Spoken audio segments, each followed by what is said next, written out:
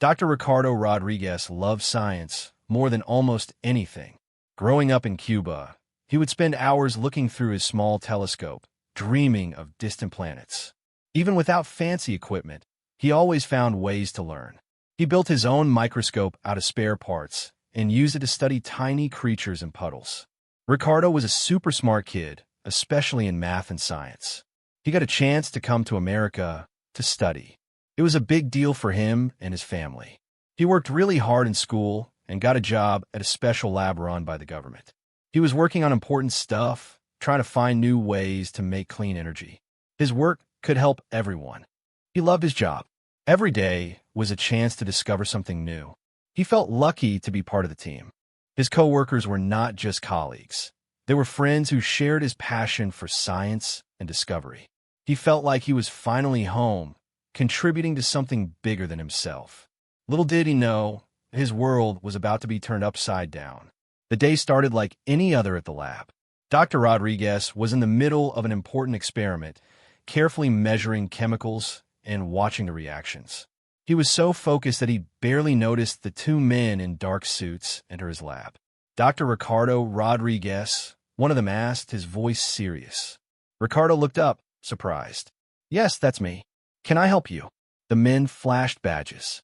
"We are ICE agents. We need you to come with us." Ricardo frowned. "ICE? What's going on? I haven't done anything wrong." "We have reason to believe you falsified your visa information," the agent said, his expression unreadable. "You're under arrest." Ricardo was stunned. Arrested? It felt like a bad dream. His hands trembled as the agents put handcuffs on him. His co-workers watched in disbelief as he was led away. The lab, usually a place of bright ideas and exciting discoveries, suddenly felt cold and scary. Ricardo kept repeating to himself, "This can't be happening. This can't be happening." He knew he had done everything right. He had all the right paperwork. The ICE agents took Dr. Rodriguez to a detention center far from the lab. It was a scary place with high fences and locked doors. He felt lost and alone. He didn't understand why this was happening. During the questioning, the agents kept asking him about his original visa application. They said there were inconsistencies, things that didn't match up. They claimed he had lied about his reasons for coming to America, that he wasn't really a student. Ricardo tried to explain. He told them about his scholarship, his studies, his hard work. He showed them copies of his school records and letters from his professors. But the agents didn't seem to listen. They just kept repeating the same accusations over and over again. "You said you were coming here to study," one of the agents said. "But we have information that suggests you intended to stay here permanently." "Of course I wanted to stay," Ricardo replied, frustrated. "I wanted to use my education to help people, to contribute to science. But I followed all the rules. I got the right visas. I did everything legally." The agents just shook their heads. "We'll see about that," one of them said. Ricardo felt a knot of fear tighten in his stomach. He knew he was innocent, but he was also starting to realize how difficult it would be to prove it. Back at the lab, Dr. Ramirez, Ricardo's supervisor, couldn't believe what had happened. She knew Ricardo better than anyone at the lab. She had personally reviewed all his paperwork when he was hired. Something wasn't right. "This is a mistake," she said to Dr. Chun, another senior scientist. "Ricardo is here legally. I made sure of it myself." Dr. Chun agreed. "We need to find the documents. The ones from HR that show he was approved under the STEM program."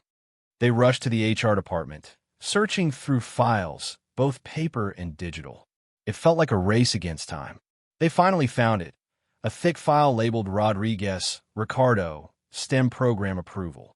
Inside were copies of his visa, his work permit, and letters from the government confirming his eligibility for the program. Dr. Ramirez felt a surge of relief. "Here it is. Proof that he's here legally. We need to get this to IC immediately." But as they looked closer, they found something even more important. Internal memos showing that the lab had conducted its own thorough background check on Dr. Rodriguez before hiring him. Everything had come back clean. He was exactly who he said he was, a brilliant scientist with a valid visa and a passion for research. This was solid proof that ICE's accusations were baseless. They had to act fast. Dr. Ramirez knew they had to act quickly. She gathered all the documents: Ricardo's STEM program approval, the internal background check results, copies of his visa and work permit, and even letters of recommendation from his professors. She put them all in a neat folder, making copies for everyone who needed them. First, she called the lab's director, Dr. Evans. He was shocked and furious when he heard what happened. "This is unacceptable," he said. "We need to get Ricardo back. He's one of our best scientists." Dr. Evans immediately contacted the lab's legal team. They prepared a formal statement outlining Dr. Rodriguez's legal status and demanding his immediate release. They also contacted a well-known immigration lawyer who agreed to take on Ricardo's case. Dr. Ramirez personally drove to the ICE office with a folder of documents. She presented them to the agent in charge, explaining that they had clear proof that Ricardo was here legally. The agent looked at the documents with a skeptical expression. "We'll review this," he said, "but it doesn't guarantee anything." Dr. Ramirez felt a mix of hope and frustration. She knew the paperwork was solid, but she also knew that dealing with ICE could be unpredictable. She wouldn't rest until Ricardo was free. Dr. Evans, determined to help Ricardo, called a press conference. He stood before the cameras, his voice firm and clear. He explained the situation, emphasizing Ricardo's legal status and his invaluable contributions to the lab's research. "Dr. Rodriguez is a brilliant scientist," he said. "His work is vital to our mission. He followed all the rules and has been a dedicated member of our team. This arrest is a grave injustice." Dr. Ramirez also spoke, describing Ricardo's character and his passion for science. "He's not just a colleague. He's a friend," she said, her voice filled with emotion. "He deserves to be treated with respect and fairness." Other scientists from the lab stepped forward, sharing stories about Ricardo's intelligence, his work ethic, and his kindness. They spoke about his groundbreaking research and how it could benefit the world. They emphasized that losing him would be a huge loss for the lab and for science in general. The lab's public statement was powerful and persuasive. It put pressure on ICE to reconsider their actions and release Ricardo immediately. The story quickly spread across the news, sparking outrage and calls for justice. People started to pay attention. The news of Dr. Rodriguez's arrest spread like wildfire through the science community. Scientists from all over the country were outraged. They started online petitions, wrote letters to their representatives, and organized rallies in support of Ricardo. Universities and academic institutions issued statements condemning the arrest and calling for his immediate release. They argued that detaining a talented scientist based on flimsy accusations was not only unjust, but also harmful to American innovation. Civil rights groups joined the chorus of protest, highlighting the potential for racial profiling and discrimination in immigration enforcement. They pointed out that Dr. Rodriguez was being targeted despite having followed all the legal procedures. The story resonated with many immigrants who had faced similar challenges. They shared their own experiences of navigating the complex immigration system and the fear of being unfairly targeted. Social media exploded with the hashtag #FreeRicardo. People from all walks of life shared messages of support and solidarity. They demanded that ICE release Dr. Rodriguez and apologize for the mistake. The public was overwhelmingly on Ricardo's side. He became a symbol of the fight for justice and fairness in the immigration system. After the lab's public defense and the widespread public outcry, ICE went silent. They stopped responding to phone calls from Dr. Rodriguez's lawyer and refused to provide any updates on the case. The media tried to get answers, but ICE simply issued a generic statement saying they don't comment on ongoing investigations. This silence was frustrating and alarming. It left Dr. Rodriguez's supporters in the dark, unsure of what was happening behind closed doors. It also raised questions about ICE's motives. Why were they suddenly so secretive? Were they realizing they had made a mistake? The lawyer, Ms. Hernandez, felt like she was hitting a brick wall. "It's like they're trying to make this disappear," she told Dr. Ramirez. "But we won't let them." The lack of communication from ICE only fueled the public's anger. People saw it as a sign that the agency was trying to cover up something. The hashtag Free Ricardo campaign gained even more momentum, with people demanding transparency and accountability from IC. The silence spoke volumes. It suggested that IC knew they were wrong, but were unwilling to admit it. Ms. Hernandez, Dr. Rodriguez's lawyer, was a fierce advocate. She worked tirelessly to build a strong legal case, gathering evidence, interviewing witnesses, and preparing legal briefs. But she faced many challenges. ICE's silence made it difficult to get information about the charges against Dr. Rodriguez. They wouldn't disclose the specific inconsistencies they claimed to have found in his visa application. This made it hard to defend him. Ms. Hernandez filed a petition for Dr. Rodriguez's release, arguing that his detention was unlawful and that IC had failed to provide any credible evidence to support their claims. She presented the lab's documents, his academic records, and letters of support from his colleagues. But the judge seemed hesitant. Immigration cases could be complicated, and judges often deferred to ICE's judgment. Ms. Hernandez knew she had an uphill battle. The legal process was slow and frustrating. Weeks turned into months, and Dr. Rodriguez remained in detention, separated from his work and his friends. Ms. Hernandez visited him regularly, offering encouragement and assuring him that she was doing everything she could to secure his release. She knew that his hope was fading, but she refused to give up. She had to fight for him, even when it seemed impossible. While Ms. Hernandez fought the legal battle, the community rallied around Dr. Rodriguez and his family. Friends, neighbors, and even strangers organized rallies and protests outside the detention center, demanding his release. They held signs with slogans like "Free Ricardo" and "Science Knows No Borders." A fundraising campaign was launched to help cover Dr. Rodriguez's legal expenses. People donated generously, recognizing the importance of supporting someone who had been unfairly targeted. The money raised also helped support his family, who were struggling to cope with his absence. Local churches and community centers offered support to Dr. Rodriguez's wife, Maria. They provided meals, childcare, and emotional support. Maria was overwhelmed by the kindness and generosity of the community. Even children got involved. A group of students from a nearby school wrote letters to Dr. Rodriguez, expressing their admiration for his work and wishing him well. Their heartfelt messages brought tears to his eyes when Ms. Hernandez read them to him during a visit. The outpouring of support showed that Dr. Rodriguez was not alone. People from all walks of life believed in his innocence and were determined to fight for his freedom. The community's unwavering support gave him hope during his darkest hours.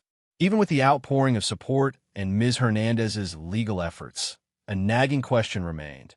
Why was Dr. Rodriguez targeted in the first place?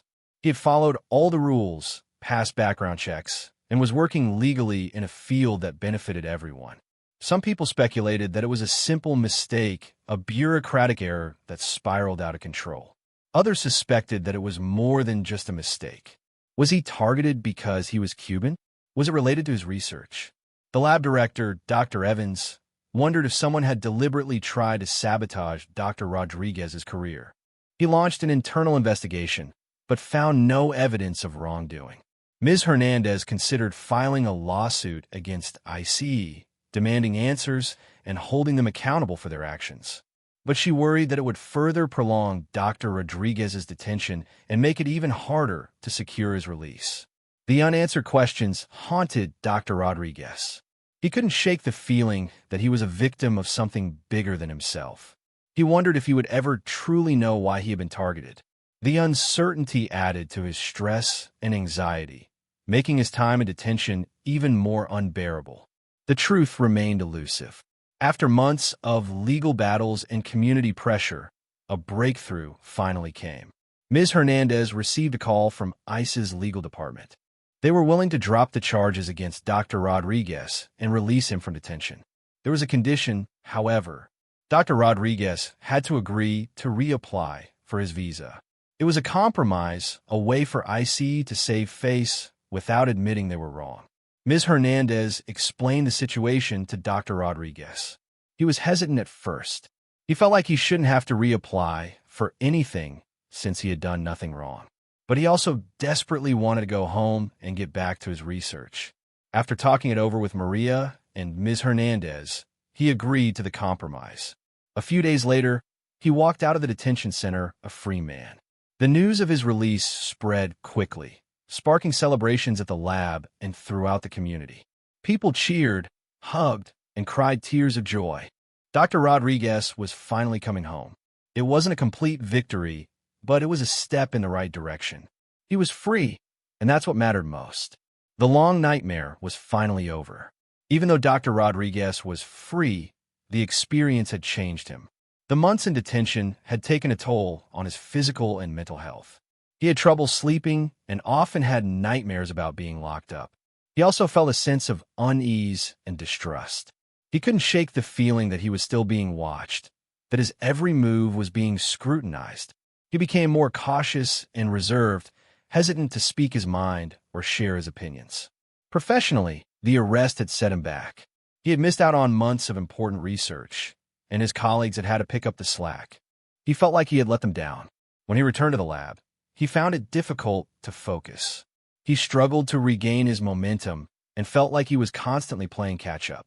The joy he once found in science had been replaced by anxiety and self-doubt. Dr. Ramirez and Dr. Evans were supportive and understanding, but they could only do so much. They encouraged him to take things slow and offered him counseling services. They knew that it would take time for him to heal and fully recover from the ordeal. The scars, both visible and invisible, remained. Dr. Rodriguez's story sent shockwaves through the international science community. Many foreign-born scientists began to question their place in America. They worried that if it could happen to Dr. Rodriguez, it could happen to them. The case highlighted the importance of protecting legal immigration pathways, especially for talented individuals who contribute to American innovation and economic growth.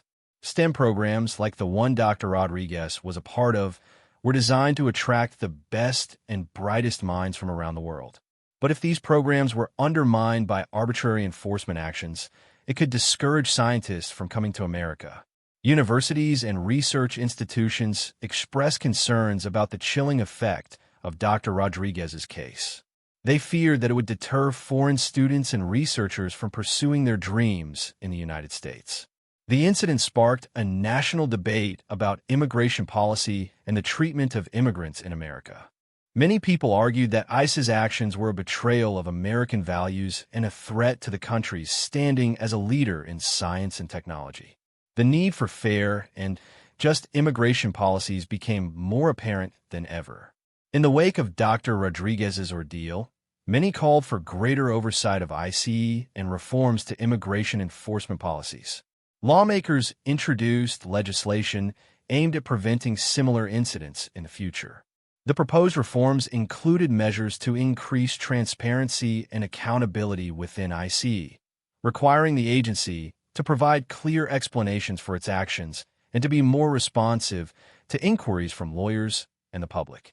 There were also calls for stricter guidelines on when and how ICE could arrest and detain individuals, emphasizing the need to prioritize public safety and to avoid targeting individuals who were legally working and contributing to the community.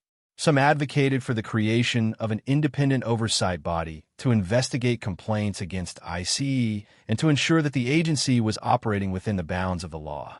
The goal of these reforms was to prevent future injustices and to restore trust in the immigration system. People wanted to ensure that talented immigrants like Dr. Rodriguez were welcomed and valued, not unfairly targeted and detained. The incident served as a wake-up call, highlighting the need for meaningful change. The call for reform echoed throughout the nation. Despite the trauma and setbacks he endured, Dr. Rodriguez remained determined to pursue his passion for science. He reapplied for his visa, and after a nerve-wracking wait, it was approved. He returned to the lab, more determined than ever to make a difference. He knew that the road ahead would not be easy. He would always carry the scars of his experience, but he refused to let it define him. He was a scientist, and he had a mission to fulfill. He threw himself back into his research, working tirelessly to find new ways to generate clean energy. He was driven by a desire to make the world a better place, to prove that his struggles had not been in vain. Dr. Rodriguez also became an advocate for immigration reform, sharing his story to raise awareness about the challenges faced by foreign-born scientists. He wanted to ensure that others didn't have to go through what he had experienced. His story became an inspiration to many. It showed that even in the face of adversity, it was possible to overcome obstacles and achieve one's dreams. Dr. Rodriguez's commitment to science and his unwavering spirit shone brightly, a beacon of hope for others. He would not be deterred.